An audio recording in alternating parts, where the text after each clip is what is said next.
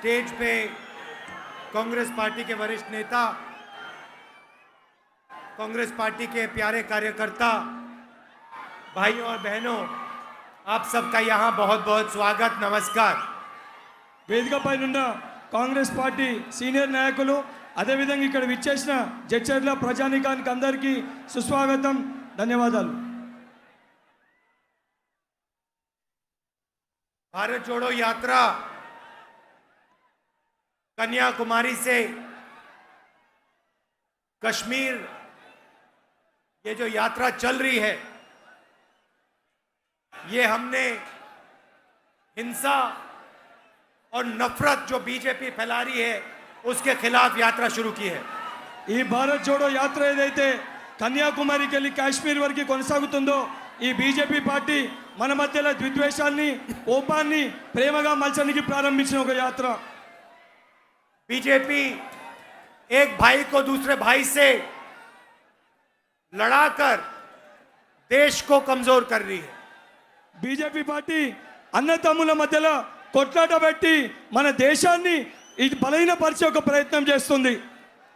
और नोटबंदी और जीएसटी जैसे पॉलिसी लागू कर कर गरीब लोग, किसान, मजदूर और छोटे व्यापारियों को चोट मार रही है। నోట్ల రద్దీ, జిఎస్టీ తీసుకొని వచ్చి ఏదైతే చిన్నకారు వ్యాపారులు ఉన్నారో వాళ్ళ వెన్నుముక ఇచ్చేసే ఒక పరిస్థితి ఈ బీజేపీ పార్టీ తీసుకొని వచ్చింది। और जो बीजेपी दिल्ली में कर रही है वो टीआरएस तेलंगाना में कर रही है। ఏదైతే బీజేపీ పార్టీ అటు ఢిల్లీలో చేస్తుందో తెలంగాణ రాష్ట్రంలో టీఆర్ఎస్ పార్టీ అదే చేస్తుంది। ये दोनों मिले हुए हैं, एक साथ काम करते हैं। వీళ్ళిద్దరు ఒకటే, ఇద్దరు కలిసే ఉన్నారు, ఇద్దరు కలిసి పనిచేస్తున్నారు।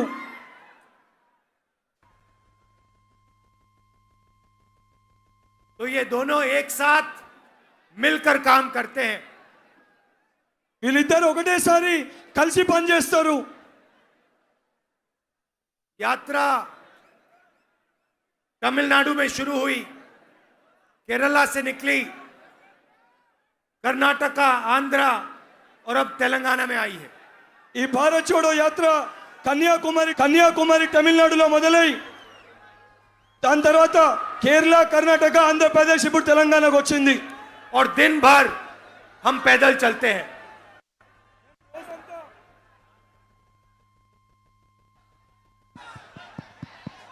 మేము రోజంతా ఈ యొక్క పాదయాత్రలో నడక రూపంలో పోతా ఉంటాం।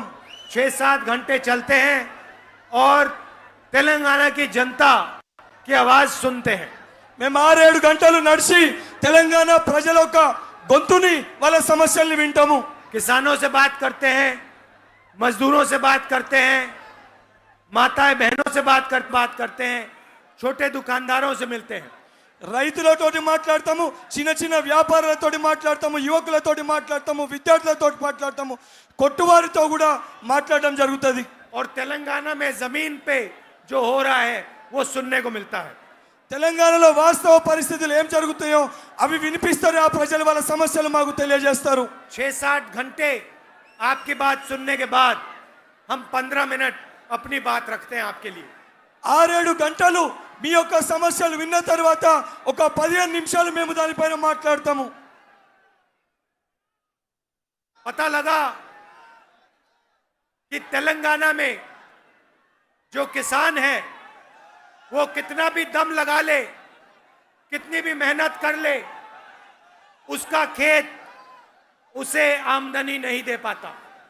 తెలంగాణలో మాకు తెలిసింది, ఒక రైతు ఎంత కష్టపడ్డా, ఎంత వ్యవసాయం చేసి ఎంత పంట పండించినా ఆయన పండించిన పంటకు గిట్టుబాటు ధర లభిస్తలేదు। एक तरफ नरेंद्र मोदी ने किसानों के खिलाफ काले कानून बनाए, ఒకవైపు నరేంద్ర మోడీ కిసాన్లకు వ్యతిరేకంగా నల్ల చట్టాలు తీసుకొని వచ్చిండు, और दूसरी तरफ तेलंगाना में आपके चीफ मिनिस्टर किसानों की जमीन, आदिवासियों की जमीन, दलितों की जमीन छीनने में लगे हुए हैं। మరొక వైపు మన రాష్ట్ర ముఖ్యమంత్రి దళితుల భూమి, గిరిజనుల భూమి గుంజుకునే పనిలో పడ్డాడు। और जब नरेंद्र मोदी जी काले किसान के कानून लोकसभा में पास कर रहे थे तो उनको पूरा समर्थन टीआरएस दे रही थी। ఎప్పుడైతే ఈ నల్ల చట్టాలని లోక్సభలో నరేంద్ర మోడీ గారు ప్రవేశపెట్టిరో దానికి మన రాష్ట్ర ముఖ్యమంత్రి పూర్తి స్థాయిలో మద్దతు పలికిండు. कुछ दिन पहले हम बुनकरों से मिले, जो हैंडलूम का काम करते हैं। ఏదైతే కొన్ని రోజుల క్రితము మేము చేనేత కార్మికులతోటి కలిసినాము. पूरी दुनिया में आपका हैंडीक्राफ्ट मशहूर है। మొత్తం యావత్ భారతదేశంలో మన చేనేత వస్త్రాలు చాలా గొప్పవి. लाखों लोगों को नुकसान हुआ क्योंकि नरेंद्र मोदी जी ने जीएसटी लागू कर दी। లక్ష మంది మన చేనేత కార్మికులు లక్షలాది చేనేత కార్మికులకి నష్టం జరిగింది. అయితే జిఎస్టీ 18% जीएसटी लागू की है 12% జిఎస్టీ వాళ్ళ పైన పెట్టడం జరిగింది. और बुनकरों की मदद टीआरएस सरकार ने नहीं की। వాళ్ళ కోసం ఎటువంటి సహాయము ఈ యొక్క టిఆర్ఎస్ పార్టీ చేయలేదు. तो हम तेलंगाना के बुनकरों को आश्वासन देना चाहते हैं कि जैसे ही हमारी सरकार आएगी, ये जो आपको जीएसटी का पैसा देना पड़ रहा है, इसके लिए हम आपको कॉम्पनसेशन दे देंगे। మేము మాటిస్తున్నాము రేపు పొద్దున తెలంగాణలో ఆ చేనేత కార్మికులకి రేపు పొద్దున ఈ యొక్క జిఎస్టీ పైన కంపెన్సేషన్ మేము ఇస్తాము. कोई मुश्किल काम नहीं है। ఇది పెద్ద కష్టమైన విషయం ఏమి కాదు. हमने आंकड़े देखे, आंकड़े समझे और आसानी से हम ये काम कर सकते हैं। ఈ అన్ని లెక్కలు మేము చూసినాము. దీన్ని చాలా ఈజీగా చాలా సులువుగా చేయొచ్చు. आज मैं एक स्टूडेंट से मिला। ఇవాళ నేను విద్యార్థులతోటి కలిసినాను. मैकेनिकल इंजीनियरिंग की उसने, మెకానికల్ ఇంజనీరింగ్ చేసిండా యువకుడు. सालों पढ़ाई की చాలా ఏళ్ళు చదువుకుండు. और जो उसको सरकार ने कॉम्पनसेशन देना था, फी का रिइंबर्समेंट देना था, सरकार ने नहीं दिया। ఆ పిల్లగానికి ఏదైతే ఫీజు రియంబర్స్మెంట్ రావన్నో ఈ ప్రభుత్వం ఆ పిల్లగానికి ఫీజు రియంబర్స్మెంట్ ఇవ్వలేదు. और उसका जो सपना था मैकेनिकल इंजीनियरिंग करने का, वो सपना टूट गया, खत्म हो गया। ఆ పిల్లగాని కళ ఏదైతే ఉండేనో మెకానికల్ ఇంజనీర్ కావాలని ఆయన కళ మొత్తం కూడా విరిగిపోయింది. ఆ కళ సాకారం కాలేదు. आज वो मैकेनिकल इंजीनियरिंग नहीं कर पा रहा है, आज वो डिलीवरी का काम करता है। మెకానికల్ ఇంజనీరింగ్ కాలేక ఈ రోజు జొమాటోలో డెలివరీ చేస్తుండు. तेलंगाना में पूरा का पूरा शिक्षा का ढांचा प्राइवेटाइज किया जा रहा है। తెలంగాణలో విద్యా వ్యవస్థని పూర్తి స్థాయిలో ప్రైవేట్ వ్యవస్థకి కట్టబెడుతుండు.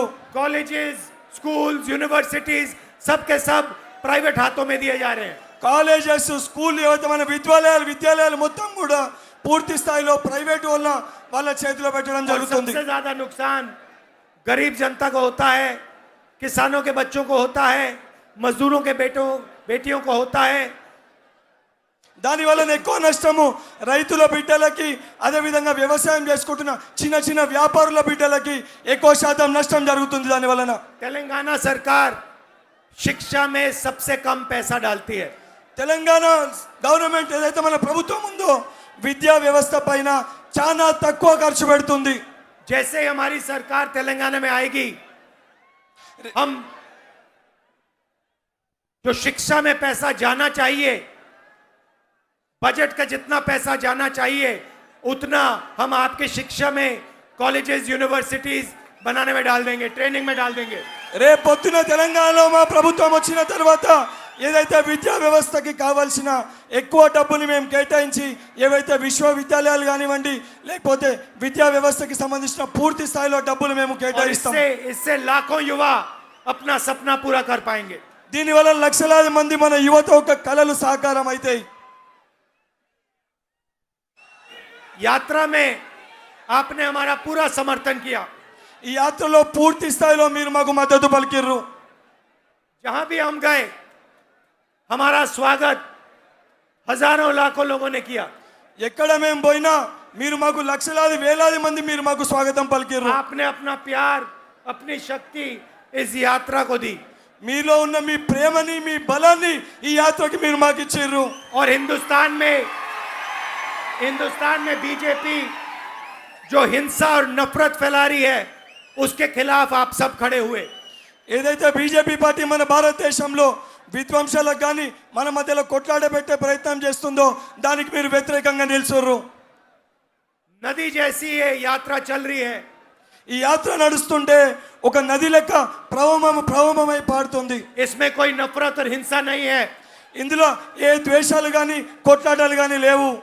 कोई व्यक्ति गिरता है, धक्का लगता है, गिरता है, सब लोग उसको उठाते हैं, मदद करते हैं. ఎవరన్నా ఒక వ్యక్తి ఈ యొక్క యాత్రలో కింద పడిపోతే అందరూ కలిసి ఆ వ్యక్తిని లేపి మళ్ళీ వాళ్ళతో పాటు కలిసి తీసుకొని వెళ్తారు. कोई ये नहीं पूछता कौन से धर्म के हो, कौन सी भाषा बोलते हो, कौन सी जात के हो, एकदम मदद कर देते हैं. కింద పడ్డప్పుడు ఆ వ్యక్తిని నీ కులమేందో నీ మతమేందో అని ఎవరు అడిగారు, లేపి పైకి కలిసి తీసుకొని పోతారు. यही यही सच्चा हिंदुस्तान है. ఇదే నిజమైన భారతదేశము. यही आपका इतिहास है. ఇదే మన చరిత్ర. और जो बीजेपी आरएसएस कर रहे हैं वो ये- देश के हित के खिलाफ है. ఏదైతే బీజేపీ ఆర్ఎస్ఎస్ చేస్తుందో అది మన దేశ చరిత్రకి వ్యతిరేకంగా చేస్తుంది. मगर आपको ये सवाल पूछना है वो आपको बांटने का काम क्यों करते हैं. నేను మీకు ఈ ప్రశ్న అడుగుతున్నా, వాళ్ళు మనని విడగొట్టే ప్రయత్నం ఎందుకు చేస్తారు?